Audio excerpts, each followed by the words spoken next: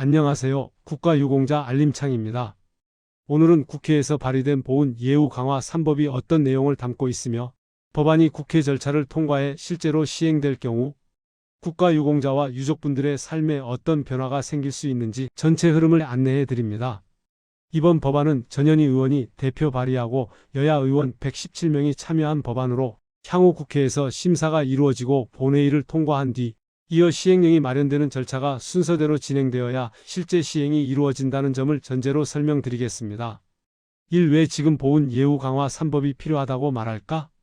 국가를 위해 헌신한 분들에 대한 예우는 단순히 지원의 문제가 아니라 우리 사회가 오랫동안 지켜온 약속이자 책임입니다. 하지만 오랜 시간이 흘렀음에도 제도는 크게 달라지지 않아 현실과 맞지 않는 부분들이 차츰 드러나고 있습니다. 먼저 상당수 국가유공자와 유족분들이 이미 고령층에 속하면서 과거 기준으로 설정된 일부 제도가 현재의 건강생활 환경과 맞지 않는다는 문제가 제기되었습니다.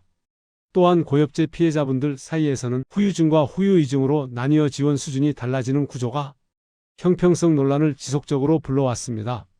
실제 증상과 생활 고통은 비슷함에도 판정 구분 차이 때문에 지원 격차가 생기는 부분이 여전히 존재했습니다. 국립묘지 안장 절차에서도 경미한 기록까지 심의 대상이 되는 구조로 인해 유족분들이 불필요한 심리적 부담을 겪는 사례도 지적되었습니다. 이러한 문제들이 계속되자 이를 개선하기 위한 취지로 해당 법안을 대표 발의한 측과 공동 발의 의원들이 보훈 예우 강화 3법을 추진하게 되었습니다.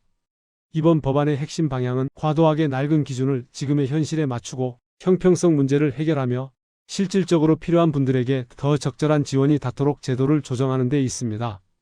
이 첫 번째 개정안, 고엽제 후유증, 후유이증 기준을 현실적으로 조정하는 내용. 그동안 고엽제 피해 판정은 후유증과 후유이증으로 구분되어 왔습니다. 하지만 건강 문제 자체는 꾸준히 겪고 있음에도 후유이증으로만 분류될 경우 후유증에 비해 지원이 크게 낮거나 유족 승계가 되지 않는 등 실질적인 생활 격차가 발생해 왔습니다. 이 개정안은 이러한 구조를 완화하는 방향을 담고 있습니다. 첫째로 후유이증을 후유증 범위에 포함하는 방식의 기준 조정이 추진됩니다. 비슷한 건강 상태라면 비슷한 지원을 받을 수 있도록 지원의 형평성을 높이려는 취지입니다. 둘째로 피해자 간의 불합리한 격차를 줄이는 효과가 기대됩니다. 실제 생활에서 고통을 겪는 정도가 다르지 않은데 행정상 구분 때문에 지원이 달라지는 문제를 바로잡자는 것입니다. 셋째로 고령 피해자분들이 많은 현실을 고려하면 이 기준 조정은 생활 안정성에 도움이 될 여지가 큽니다. 이 내용은 법안이 국회에서 논의를 거쳐 통과되어야 구체적인 시행 방식과 범위가 확정됩니다. 3. 두 번째 개정안, 국가유공자 유족의 의료비 감면 연령을 완화하려는 내용. 75세 이상에서 65세 이상 조정 추진. 현재 국가유공자 본인의 의료지원 제도는 다양한 형태로 제공되고 있지만 유족의 경우에는 일정 연령 75세 이상부터 의료비 감면이 적용되어 지원폭이 매우 제한적이라는 지적이 있었습니다. 개정안에서는 이 연령을 65세 이상으로 조정하는 방안이 담겨 있습니다. 이 조정은 몇 가지 의미가 있습니다. 첫째로 고령 유족분들의 의료비 부담을 줄일 수 있습니다. 65세는 대부분의 분들이 이미 병원을 자주 찾는 시기이기 때문에 연령 조정은 실제 생활에서 체감되는 변화가 될 수 있습니다. 둘째로 고령화 속도가 빠르게 진행되는 현실을 반영한 제도 조정입니다. 유족 지원이 지금보다 폭넓게 적용될 가능성이 생깁니다. 셋째로 유족 간 형평성을 개선하는 효과도 기대됩니다. 비슷한 상황인데 지원을 받지 못하는 사례가 줄어들 수 있기 때문입니다. 다만 실제 적용 시기는 국회에서 심사가 이루어지고 본회의를 통과한 뒤 이어 시행령이 마련되는 절차가 순서대로 진행되어야 확정될 수 있습니다. 4. 세 번째 개정안, 국립묘지 안장 심의 기준 완화. 국립묘지 안장은 유공자분께 드리는 마지막 국가적 예우입니다. 그런데 기존 기준에서는 경미한 범죄 경력도 심의 대상이 되어 유족분들이 불필요한 심리적 부담을 겪는 사례가 있었습니다. 개정안에서는 이러한 문제를 완화하는 방향이 제시됩니다. 첫째로 경미한 범죄 경력은 심의 대상에서 제외하는 방향이 담겨 있습니다. 안장 심의가 꼭 필요한 경우에만 집중되도록 기준을 현실화하려는 취지입니다. 둘째로 행정 절차가 간소화되면서 유족의 부담이 줄어들 수 있습니다. 이는 예우의 품격을 유지하면서도 불필요한 절차를 정비하는 방향입니다. 셋째로 실제 유족 상담 과정에서 지적되던 불편이 완화될 가능성이 있습니다. 참고로 알아두면 좋은 별도 논의. 보훈병원 위탁병원 이용 연령 완화 움직임.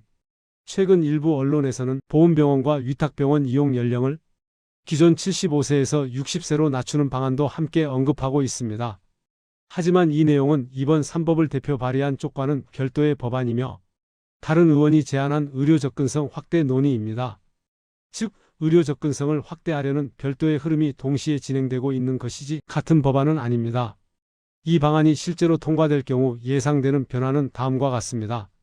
첫째로, 보훈병원이 먼 지역에 있는 경우 장거리 이동 부담이 줄어들 수 있습니다. 둘째로, 보훈병원 대기 시간이 분산될 가능성이 있습니다. 지역 위탁병원을 더 넓은 연령층이 이용하게 되면 집중이 완화되기 때문입니다. 셋째로, 지방이나 외곽 지역에 사시는 유공자분들의 의료 접근성이 좋아질 수 있습니다. 이 부분 역시 법안이 국회 심사 과정을 거쳐 본회의를 통과하고 이어 시행령이 구체적으로 마련되어야 확정됩니다. 6법안이 통과될 경우 실제로 예상되는 변화. 법안이 실제로 통과될 경우 생활에서 체감될 수 있는 변화는 다음과 같은 흐름을 가질 수 있습니다. 첫째로, 지원 기준의 형평성이 개선될 수 있습니다. 비슷한 상황인데 지원 기준이 달라 불편했던 사례가 줄어듭니다. 둘째로, 65세 이상 유족의 의료비 부담이 완화되는 효과가 있을 수 있습니다. 병원 방문이 잦아지는 시기와 제도의 접점이 맞아떨어지기 때문입니다. 셋째로, 국립묘지 안장 절차에서 불필요한 심의가 줄어들면서 유족의 심리적 부담이 완화될 가능성이 있습니다. 넷째로, 고령 유공자 중심으로 제도 재정비가 이루어지면서 현재의 인구 구조를 반영한 보훈 정책의 방향성이 형성됩니다. 다섯째로, 제도 간 불일치를 줄이고 기준을 현대화함으로써 보훈 정책 전반에 대한 신뢰도도 높아질 수 있습니다. 7. 종합정리. 이번 법안의 의미는 무엇일까? 이번 보훈 예우 강화 3법은 세 가지 중요한 제도적 문제를 바로잡는 방향성을 담고 있습니다.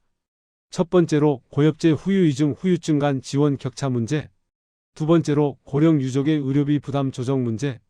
세 번째로, 국립묘지 안장 절차의 과도한 심의 문제. 이 법안은 정치적 대립보다 보훈 예우 자체를 강화하자는 초당적 공감대가 컸던 법안으로 평가됩니다. 물론 이 법안이 실제 시행되기 위해서는 국회에서 심사가 이루어지고 본회의를 통과한 뒤 이어 시행령이 마련되는 절차가 순서대로 진행되어야 구체적 시행 시기와 방식이 확정됩니다. 그러나 전체적인 흐름을 보면 지원 기준의 조정, 의료 접근성 보완, 유족 지원 확대 등 현실에 맞춘 보훈 정책 개편 논의는 앞으로도 계속될 가능성이 큽니다. 결국 이번 법안이 담고 있는 메시지는 매우 분명합니다. 희생하신 분들께 지금의 현실에 맞는 방식으로 형평성 있는 예우를 다시 마련하자. 이 움직임은 앞으로의 보훈 정책 전반에도 긍정적인 영향을 미칠 수 있습니다. 오늘 영상이 도움이 되셨다면 구독과 좋아요 눌러주시면 큰 힘이 됩니다. 앞으로도 알기 쉽게 정리된 보훈 소식 전해드리겠습니다. 시청해 주셔서 감사합니다.